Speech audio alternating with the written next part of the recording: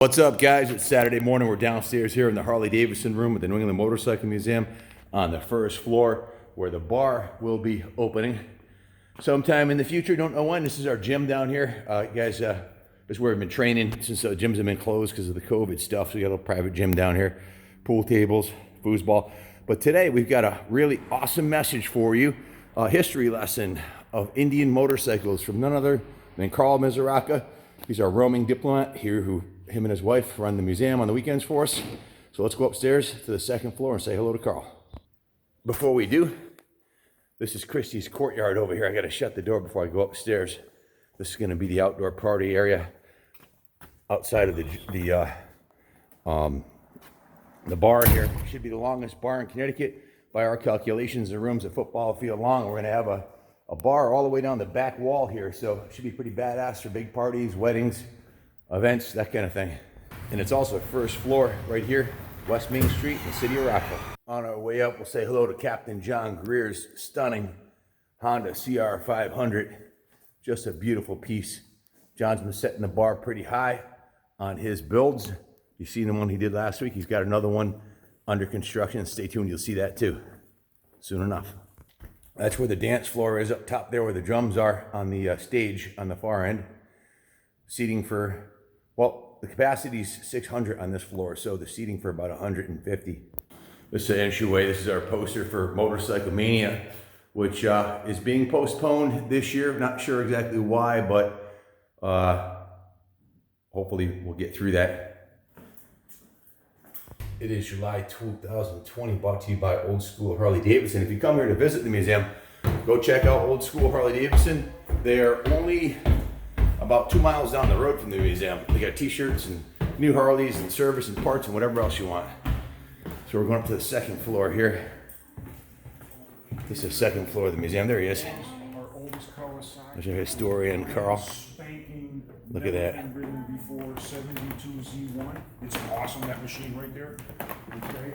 This is our oldest exhibit.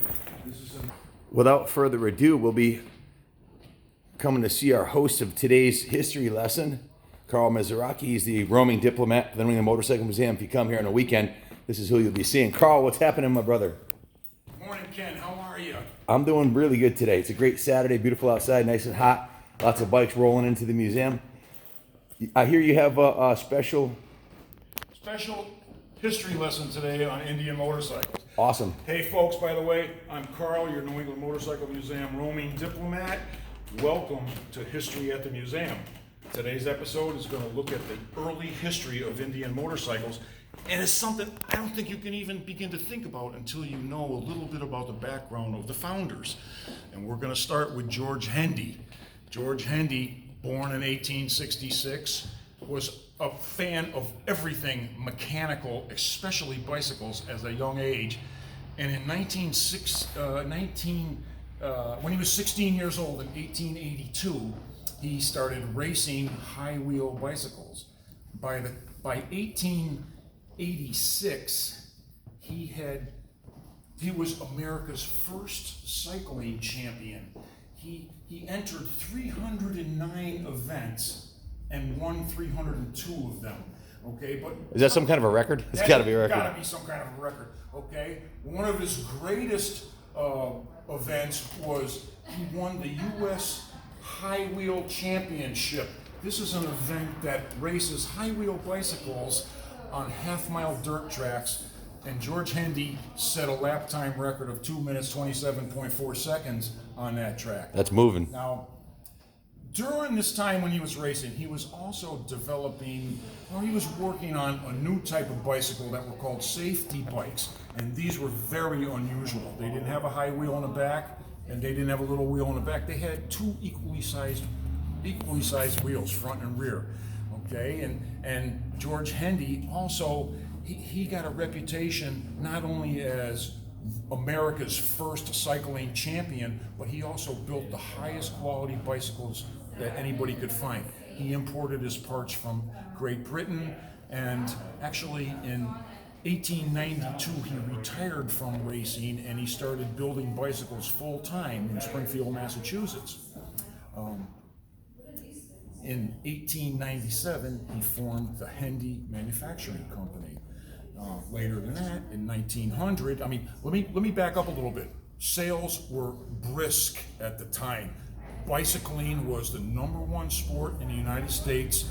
Okay, as a matter of fact, one club called the League of American Wheelmen had over 100,000 members. Wow, that's huge.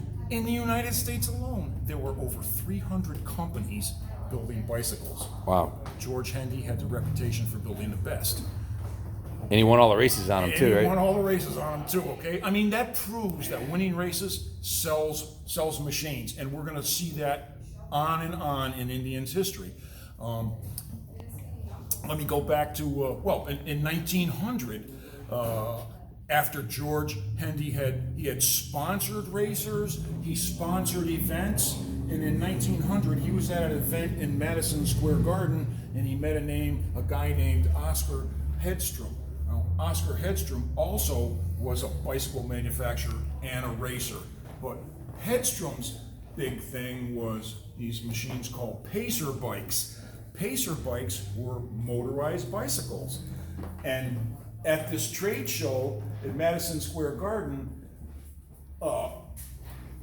George Hendy was very, very impressed with Oscar Headstroke's motor. In fact, so impressed that they got together and they actually produced 3 prototype motorized bicycles in Headstroke's shop in Middletown, Connecticut. That was in 1900. In 1901, they formed an agreement.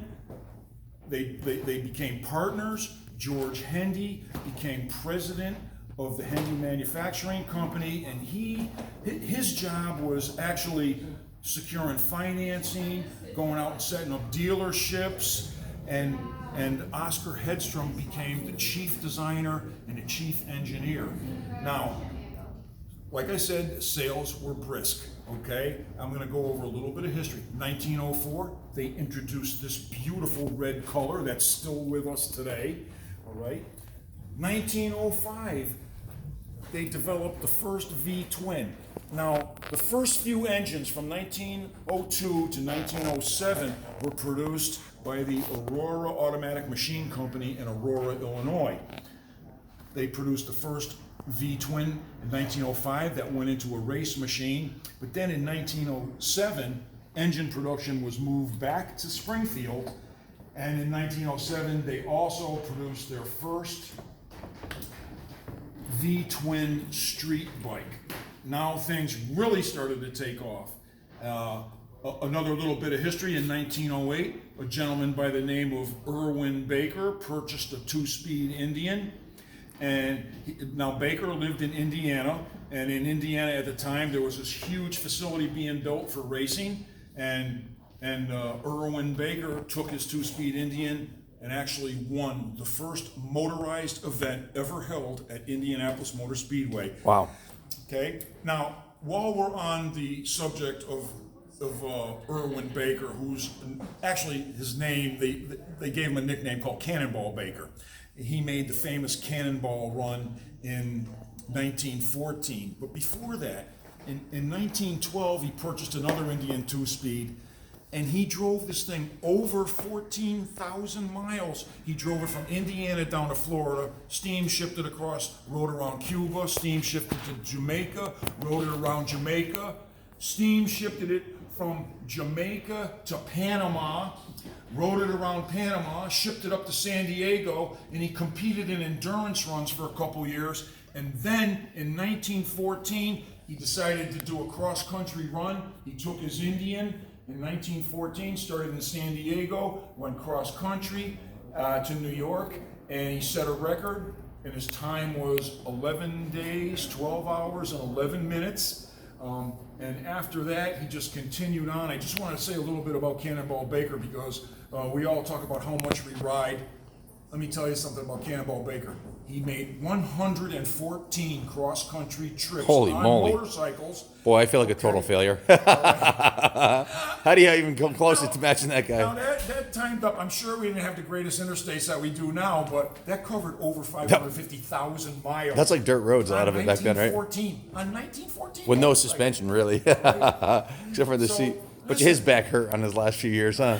Holy moly. More racing history, okay? Because the more things you do like this, the more motorcycles you sell. 1911, Indian fields 3 motorcycles at the famous TT race, the Isle of Man Tourist Trophy race, okay, now known as the TT. Now, this was not any ordinary TT race. The first 4 TTs were run on what they call the St. John's Short Course, which was a 15-mile course, and they did 10 laps on this 15-mile course. For the 1911 TT, they decided they were going to run the Snaefell Mountain Course. The Snaefell Mountain Course was 37.7 miles, and not just that it was a long course, it also started at sea level and got up to an elevation of 1,300 feet. I'm going to get to the end of the race right now. Boom, Oliver Godfrey, first place with a time of 46.7 miles an hour, or actually 47.6 miles an hour.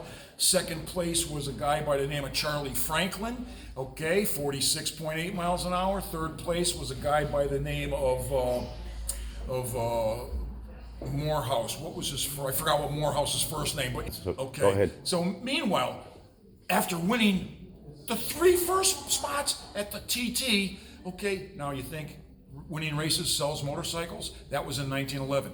In 1913, Indian's production was 32,000 machines. That's huge. Think about this. That's almost as much as Harley this year. 32,000 machines. Harley's under 100,000. Okay. It's massive. All right. Right in Springfield, too. Okay, so things were rolling right along, okay, and it was in 1914 where Cannonball Baker did his famous run across country, but then in 1916, Indian hired Charlie Franklin as an engineer and a designer, and he later went on and designed the Scout and the Chief. Also in 1916, George Hendy resigned as president. He actually resigned it in 1915. He resigned as general manager, but he stayed on as president until 1916, where he got into a disagreement with the board of directors about the direction that the company was going, and he resigned and he left and he retired to his farm in Suffield, Connecticut, where he raised Guerns and cattle. And my brother owns a farm right next door there. It's called Hilltop Stables. Okay. It's beautiful. If you ever get a chance to check it out, this farm, Hendy's farm, was off the charts. It's a state park now. A few years before George, in 1913, the same year that their production hit 32,000, Oscar Headstrom resigned because of disagreements with the board of directors over the fact that somebody was manipulating the stock value to make it look like it was worth more than it really was. But anyways, that brings us up to about World War I, where the bad thing about this was Indian sold most of its production to the U.S. government, to the military. And by doing that, they starved their dealers. And that's when they lost the #1 sales position to their chief rival, Harley Davidson. Wow. Now, next week, we're going to pick up at World War I, and we're going to continue on. Hopefully, we'll get up into the 50s or the 60s. Maybe we'll even get up to the Gilroys. But that concludes today's history lesson on Indian motorcycles. Carl, thanks to you and your wife, Kim, for running the museum on weekends for us. Carl and his wife have been running the museum for a couple of years for us. And love the history lesson. Phenomenal. I learned a bunch of things, and I'm in the industry, and I didn't know half of what you said. So that's fantastic. I'm really looking forward to our episode 3, which will be, where are we picking up? We're gonna pick up Indian history immediately after World War I.